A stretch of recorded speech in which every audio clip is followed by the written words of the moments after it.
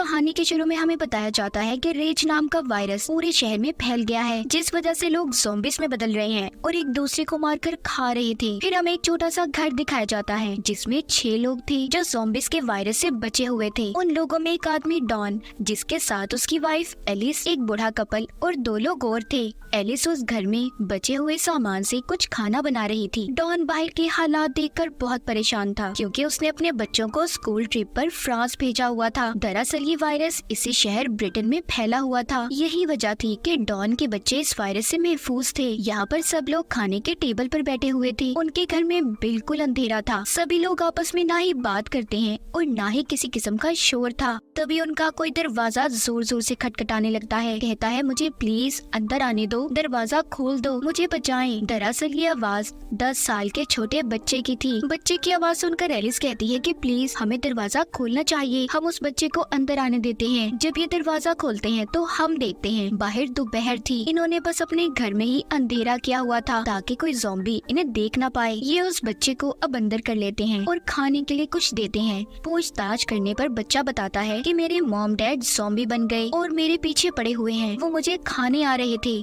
Don पूछता है कितने लोग थे? वो कहता है बहुत सारे। इनमें जो 2 और लोग थे उनमें से लड़की बहुत ज्यादा डरी हुई थी और बाहर झांकने लगती है। उसे दूर से बहुत सारे ज़ॉम्बीज़ की आवाजें अपनी तरफ आते हुए सुनाई दे रही थी। तभी एक ज़ॉम्बी अचानक से आकर सीधा उस लड़की पर हमला कर देती है। इर्द गिर्द भी बहुत सारे ज़ॉम्बीज़ आ गए थे और अंदर आने की भी कोशिश करते हैं। एलिस उस बच्चे को बचाकर ऊपर की तरफ जा रही थी। डॉन भी उसके पीछे आता है। वो एलिस को बहुत बार कहता है कि उस बच्चे को छोड़ दो एलिस, हमें भागना है, मगर वो डॉन की बात को नहीं सुनती। उधर वो बूढ़ा कपल बाहर एक और घर में छुप गए थे, मगर वो भी ज़ॉम्बी से बच नहीं पाते। जिसके बाद अब जिधर कमरे में एलिस बच्चे के साथ थी उधर भी बहुत सारे ज़ॉम्बीज़ आ गए थे। दूसरे कमरे में डॉन था। वो एलिस को पुकारता है, देखो इधर मेरी तरफ, मेरे पास आओ, मगर दरमियान में इतने ज्यादा ज़ॉम्बीज़ थे कि वो उनका मुकाबला नहीं कर पाती। तभी ये देखकर डॉन ने भी अपने दरवाजे को बंद कर लिया था। एलिस उसे बार बार आवाजें दे रही थी, कहाँ पर हो डॉन, मेरी मदद करो। मगर डॉन उस साइड का दरवाजा बंद करके दूसरे दरवाजे से बाहर की तरफ भाग गया था। उसके पीछे और भी बहुत से ज़ॉम्बीज़ थे जो भूखे उसकी तरफ भाग रहे थे। हम एलिस को देखते हैं जिसकी आवाज मदद के लिए आना अब बंद हो गई थी। डॉन बहुत शर्मिंदगी में रोता भाग रहा था कि उसने अपनी बीवी एलिस को छोड़ दिया, उसकी मदद नहीं की। आगे जाकर उसे तालाब में वही लड़का मिलता है जो इनके साथ घर में रह रहा था। वो कश्ती को चलाते हुए हड़बड़ाहट में पानी में गिर जाता है। उस लड़की को भी ज़ॉम्बीज़ ने पकड़ लिया था और काट कर मार देते हैं। डॉन अकेला ही बचा था जो उस कश्ती में बैठकर जा रहा था। फिर आगे हमें कहानी 1 महीने बाद की दिखाई जाती है जिसमें बताते हैं कि ज़ॉम्बीज़ अब भूखे रहने की वजह से आहिस्ता आहिस्ता खत्म हो रही हैं। इस शहर में अब आर्मी फोर्स का कब्जा था। वो इस सारे मामले को कंट्रोल करने की कोशिश कर रहे थे। तभी हमें एक सार्जेंट डॉयल दिखाया जाता है जो कि स्नाइपर निशानेबाज की टीम में था। उसे जैसे ही ज़ॉम्बीज़ दिखे उसने उन्हें अपनी गन से निशाना लगाकर मारना था। डॉन को भी आर्मी वालों ने बचाया हुआ था। इस तरह 6 महीने गुजर चुके थे। अब ज़ॉम्बीज़ भी बहुत कम कहीं कहीं पर थे। इसी दरमियान हमें एक डॉक्टर भी दिखाई जाती है जो इस वायरस पर स्टडी कर रही थी। अब जो लोग दूसरे शहरों में फंसे हुए थे उन्हें दोबारा से अपने घरों में लाने के लिए आर्मी प्रोग्राम शुरू कर देती है, मगर अभी भी सबको सेफ जोन में रहना था, न कि अपने घरों में, जो कि अमेरिका US आर्मी फोर्स की निगरानी में था। अभी तक 100 के आसपास लोग थे जो अपने इस शहर ब्रिटेन में वापस आ गए थे। इन्हीं में डॉन के बच्चे भी थे। डॉक्टर जब बच्चों को वापस आता देखती है तो परेशान हो जाती है क्योंकि वो ये सोच रही थी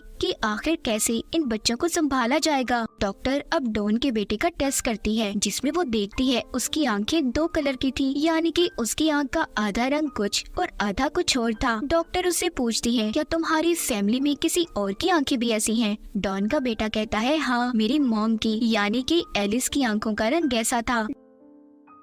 डॉन जब अपने बच्चों से मिलता है तो बहुत खुश था। वो दरअसल अभी भी इस सेफ जोन में रहकर आर्मी के साथ मिलकर काम कर रहा था, इसीलिए वो अपने बच्चों को उस जगह पर ले आता है जहाँ पर वो रह रहा था। वो अपने बच्चों को उनकी मॉम एलिस के साथ हुए हादसे के बारे में भी बताता है। रात के वक्त सोते हुए डॉन के बेटे को अपनी मॉम के सपने आ रहे थे। उसे ऐसा लगता है कि शायद वो अपनी मॉम का चेहरा भूलता जा रहा है। सुबह को जब डॉन अपने काम पर चला जाता है तो उसके बच्चे चुपके से सेफ जोन से निकलकर भाग गए थे और भागते भागते अपने घर पहुंच गए थे ताकि वो अपनी मॉम की कोई तस्वीर ले सके। तभी आर्मी को भी इनके बारे में पता चल जाता है कि 2 बच्चे सेफ जोन से भाग गए हैं, मगर तब तक वो दोनों अपने घर पर थे जहाँ पर डॉन के बेटे को अपने घर के ऊपर वाले हिस्से से कुछ आवाजें आ रही थी। जब वो ऊपर जाकर देखता है तो उधर उसकी मॉम थी, यानी कि एलिस, जिसको डॉन ज़ॉम्बीज़ के दरमियान में छोड़कर चला गया था। फिर डॉन का बेटा अपनी मॉम के गले लग गया था, तभी उसे दर्द होता है। दोनों बहन भाई जब अपने घर से बाहर आते हैं तो देखते हैं आर्मी की फौज थी जो सेफ जोन में दोबारा लेने आई थी। वहाँ पर तीनों को क्वारंटाइन में रखा गया था। एलिस को बांधकर लैब में रखा जाता है। डॉक्टर उसका ब्लड टेस्ट करती हैं। वो ये पता करना चाहती थी कि कहीं एलिस भी ज़ॉम्बी वायरस से इन्फेक्टेड तो नहीं। तभी उन्हें पता चलता है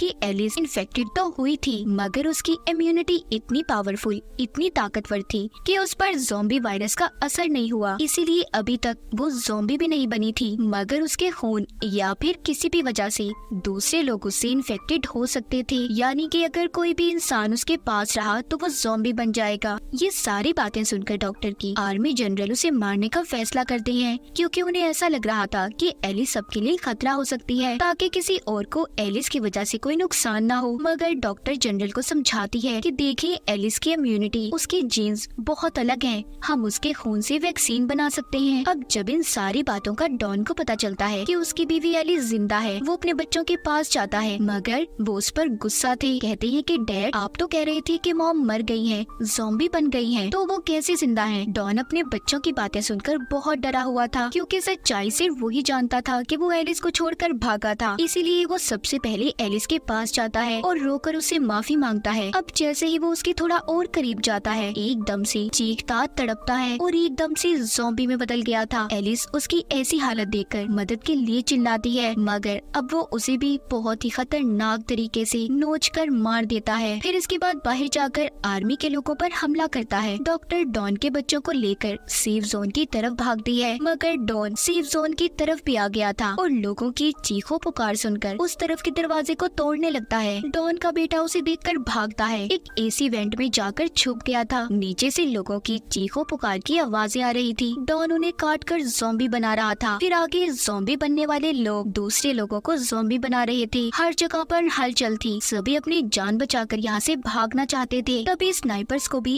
अलर्ट किया जाता है, मगर उन्हें ये समझने में बहुत मुश्किल हो रही थी कि कौन ज़ॉम्बी है और कौन नहीं। तभी उन सभी को ये ऑर्डर दिया जाता है कि सबको मार दें। ये बात सुनकर उसी स्नाइपर डायल को, जो हमने कहानी के शुरू में देखा, उसे काफी अजीब लगता है, क्योंकि उसे लोगों को बचाना था, उनकी मदद करनी थी, ना कि उन्हें मारना था। वो देखता है कि डॉन के बेटे के आगे एक ज़ॉम्बी आता है, जिसे वो शूट करके मार देता है, मगर उसने डॉन के बेटे को नहीं मारा था, इसीलिए वो अपनी इस ड्यूटी को छोड़ देता है। डॉन के बेटे को एक आदमी अपने साथ कमरे में ले आया था, जहाँ पर बहुत अंधेरा था। उधर ही उसे अपनी बहन और डॉक्टर मिली थी। इनके अलावा यहाँ पर और भी बहुत से लोग थे। बूढ़ी औरत बाहर का नजारा देखकर बहुत परेशान हो जाती है और कहती है कि आखिर ये सब लोगों को क्यों मार रही हैं। तभी यहाँ पर डायल आ जाता है, जो सबको यहाँ से चलने का कहता है, क्योंकि यहाँ पर रुकना खतरे से खाली नहीं था।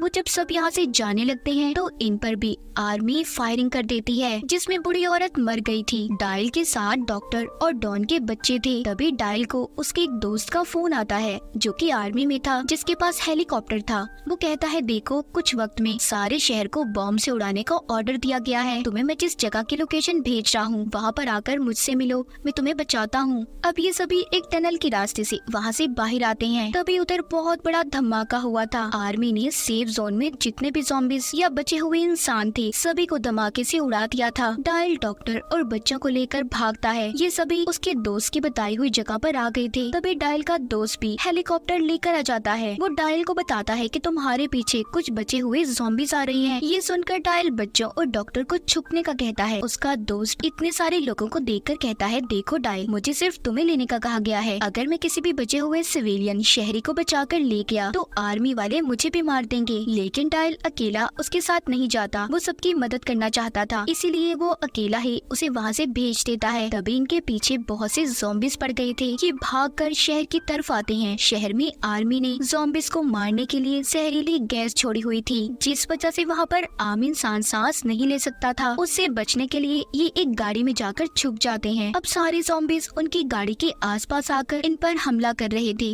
मगर गैस की वजह से वो ज़ॉम्बीज़ वहीं पर मर जाते हैं। पीछे आर्मी के लोग भी थे जो सबको यहाँ पर खत्म करने आ रहे थे। डायल और डॉक्टर की गाड़ी स्टार्ट होने का नाम नहीं ले रही थी। तभी डायल गाड़ी से बाहर निकलता है और गाड़ी को धक्का लगाने लगता है, मगर वो आर्मी की नजरों में आ गया था। आर्मी वाले उसे भी इन्फेक्टेड समझकर मार देते हैं। डॉक्टर बच्चों को बचाकर गाड़ी चलाकर टनल तक पहुंच गई थी, मगर वहां पर आकर उन्हें डॉन का ज़ॉम्बी दिखता है। उसने यहाँ पर डॉक्टर को भी मार दिया था। इसी बीच डॉन के बेटा बेटी भी अलग हो जाते हैं। डॉन ने अपने ही बेटे पर हमला कर दिया था, मगर उसके बेटे के अंदर भी एलिस की तरह ही ताकत थी, जिस वजह से वो भी ज़ॉम्बी में नहीं बदलता। तभी डॉन की बेटी आकर गन से अपने ही डैड को मार देती है और बहुत रोती है। ये दोनों बहन भाई स्टेडियम में पहुंच गए थे, जहां पर वो ही डायल का दोस्त आता है जिसके पास हेलीकॉप्टर था। वो उन बच्चों को देखकर सोचता है कि उसे इन्हें बचाना चाहिए या नहीं बचाना चाहिए। शायद वो इन्फेक्टेड ना हो, मगर फिर भी वो उन्हें बचा लेता है और अपने हेलीकॉप्टर में ब्रिटेन शहर से बाहर ले गया था। हमें शहर का नजारा दिखाया जाता है। फिर हम 28 दिन के बाद देखते हैं, जहाँ पर बचे हुए ज़ॉम्बीज़ एक टनल के रास्ते से पेरिस शहर में पहुँच गए थे। और डॉन के बेटा बेटी का क्या हुआ, वो कहाँ पर गए, इस बारे में हमें नहीं बताया गया। इसी के साथ इस फिल्म की कहानी भी यहीं पर खत्म हो जाती है।